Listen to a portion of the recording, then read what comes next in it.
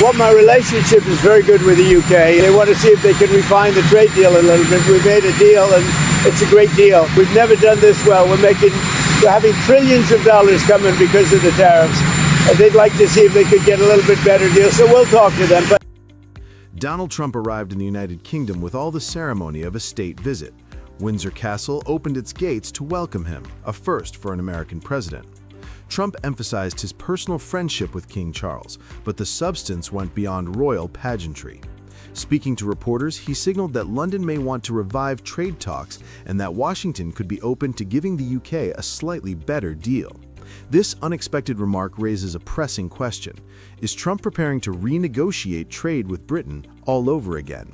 Is this the start of what some observers might call Taco 2.0, a return to the cycle of tariffs and concessions that shaped his earlier years in office?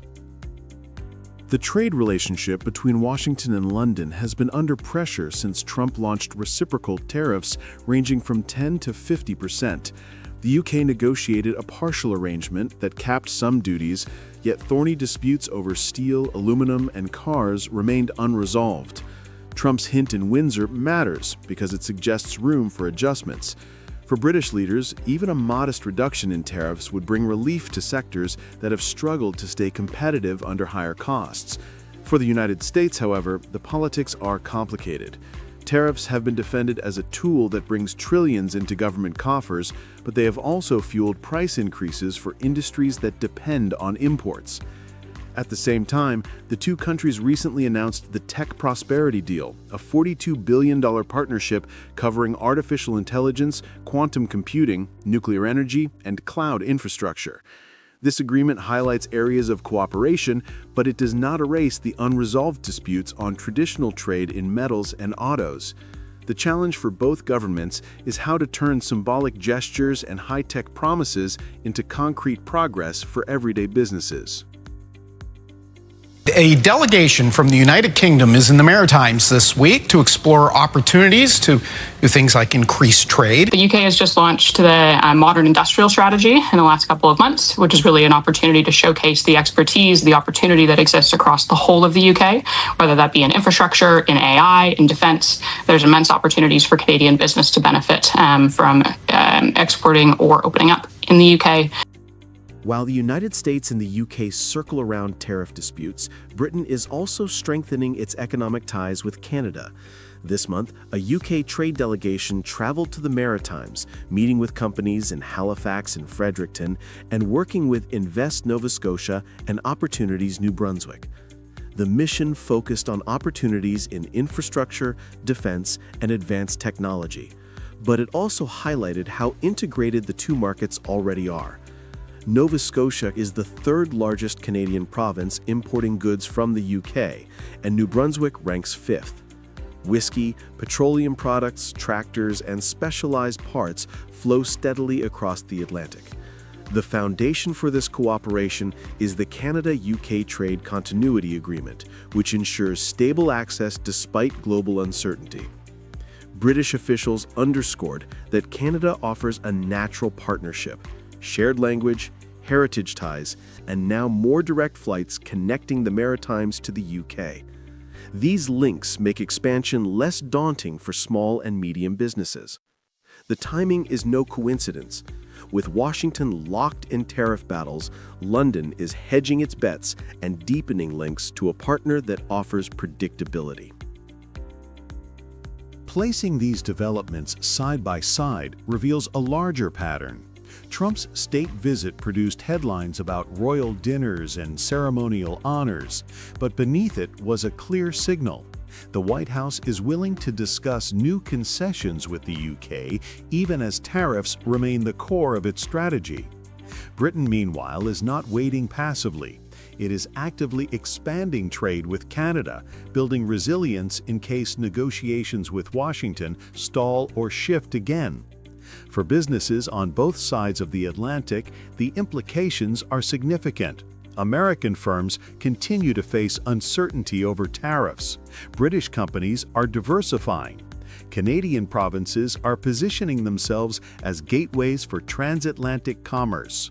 The central lesson is that trade is no longer anchored in a single axis. The UK sees value in talking to Trump about a better deal, but it also sees security in Canada's steadier embrace. The next chapter will show whether Trump's gesture in Windsor was simply diplomatic theater or the first step toward real change in US-UK trade relations. Don't push a Canadian too far. I mean, push too far. Push too far. Push too far by someone who's richer, someone who's more powerful, maybe a little more arrogant. I don't know. I can't think of an analogy. At the Toronto International Film Festival this year, the spotlight was not only on cinema, it was also on Canada's Prime Minister, Mark Carney. In a tribute speech, he recalled how Canadian actor John Candy often played characters who were pushed too far, who eventually stood up for themselves. Carney then added his own twist. He reminded the audience that Canadians, too, will not sit quietly when their sovereignty is challenged. On the surface, it was a celebration of film, but underneath it carried a pointed message.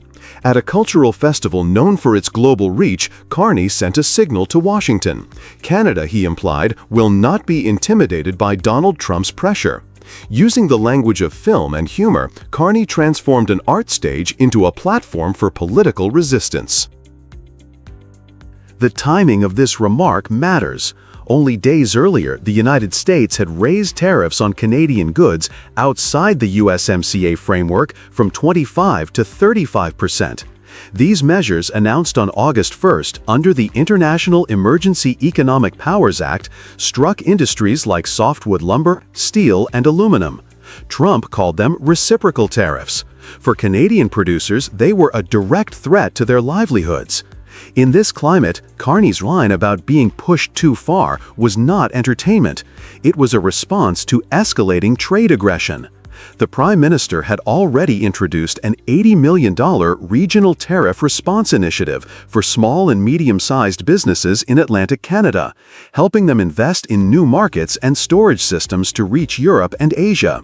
His government framed this as part of a broader plan to give companies the tools to adapt rather than wait for uncertain outcomes. By placing humor and resilience side by side with practical support, Carney sent a clear message. Canada would not bow to Trump's tariffs, but would act with both defiance and preparation. That same week in Ontario, Carney expanded on this theme. He described the global trading system as experiencing not a transition, but a rupture. According to him, the United States had moved away from decades of free trade and returned to economic nationalism, with tariff rates at their highest since the Great Depression of the 1930s. These are not small adjustments. Supply chains built over generations are now being disrupted. Companies are holding back investment, and workers in multiple sectors are facing new uncertainty. Carney argued that Canada cannot afford to rely on one partner, even if that partner is the United States. His government announced a major projects office to fast-track infrastructure and energy projects, while reinforcing a Buy Canadian strategy to keep domestic demand strong. The purpose was not only to defend against U.S. tariffs, but also to reorient Canada toward a wider network of allies in Europe and Asia. Taken together, these steps underline a national strategy that goes beyond symbolic gestures. Carney's tiff remarks were a cultural prelude to a comprehensive economic plan. We're in a more dangerous, divided, and intolerant world. In Canada, our sovereignty, our identity has come under threat. And when Canadians heard those threats, they channeled their inner John Candy. Hope is not a strategy. It's time, as I said earlier, to control what we can control. The products we buy in Canada. Taking the time so our businesses can have what they need to adjust to new realities. This contrast with Donald Trump could not be sharper.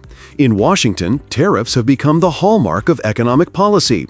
By early August, global rates on over 60 countries ranged from 10 to 50%, with Trump even threatening 100% duties on semiconductors. The White House defended these as necessary to bring jobs home, but independent studies, including those from U.S. universities like Yale, have warned of rising household costs. In Ottawa, the response has been different. Carney's approach ties national pride with economic resilience.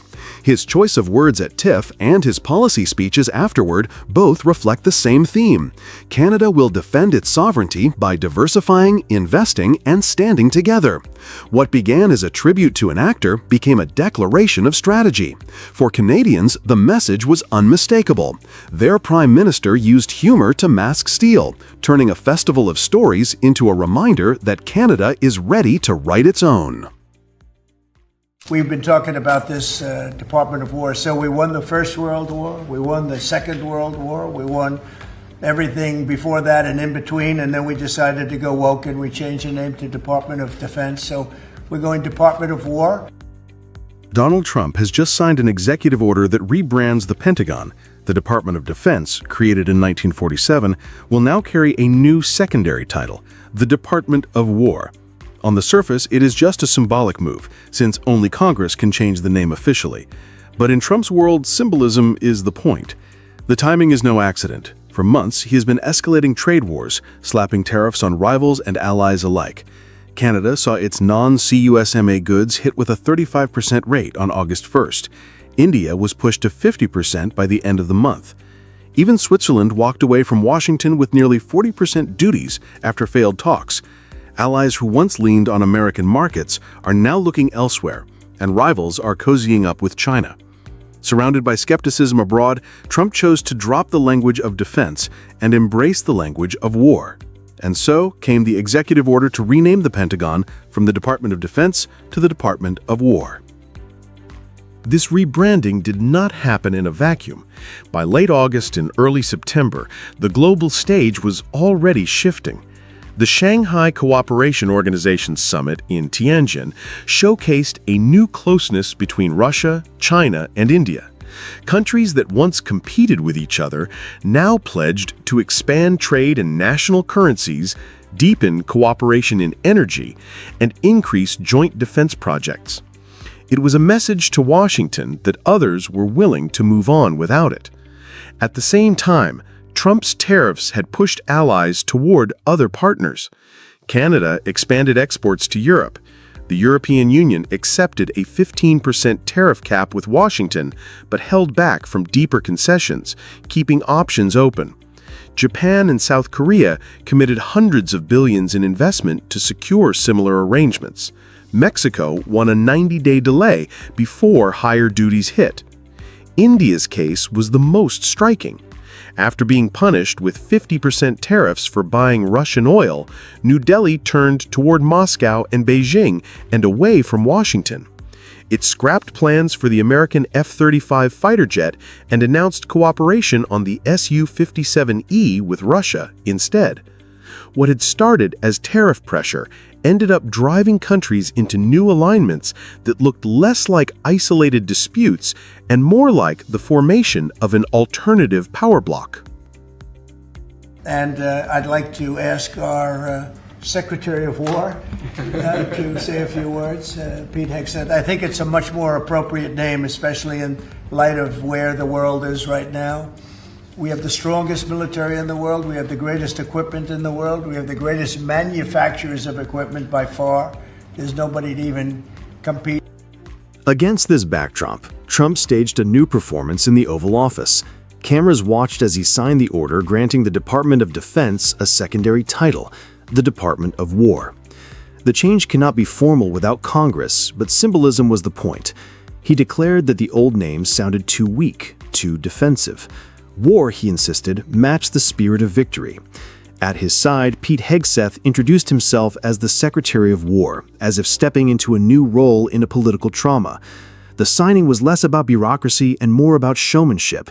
It was meant to project resolve, to tell Americans that their military would not sit back and react, but act first.